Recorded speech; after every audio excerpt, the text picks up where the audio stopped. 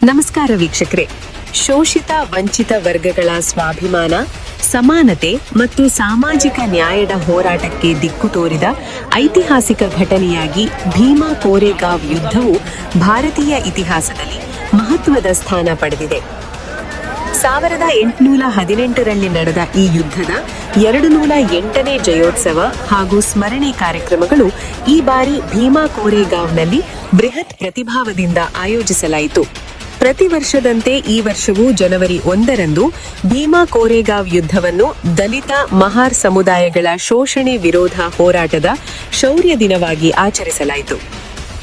ಈ ಮಹತ್ವದ ಸ್ಮರಣೋತ್ಸವಕ್ಕೆ ಕರ್ನಾಟಕದ ವಿವಿಧ ಭಾಗಗಳಿಂದ, ವಿಶೇಷವಾಗಿ ಇಳಕಲ್ ನಗರದಿಂದ ಅನೇಕ ನಾಯಕರು, ಮುಖಂಡರು ಹಾಗೂ ಸಾರ್ವಜನಿಕರು ಭಾಗವಹಿಸಿ ಜಯಸ್ತಂಭಕ್ಕೆ ಗೌರವ ಸಲ್ಲಿಸಿದರು.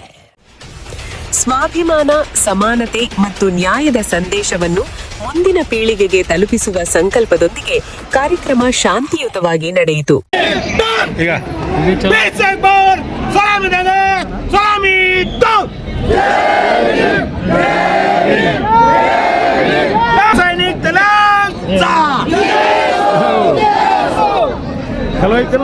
ನೋಡಲ್ಲ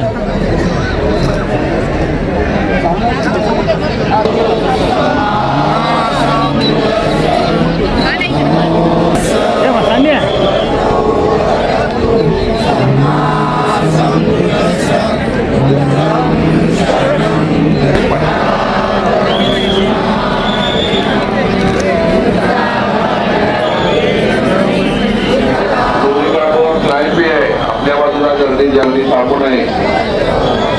लोकांना बाहेर जाण्यासाठी विनंती करायचे. आज गर्दी जास्त वाढत आहे. ते क्राईम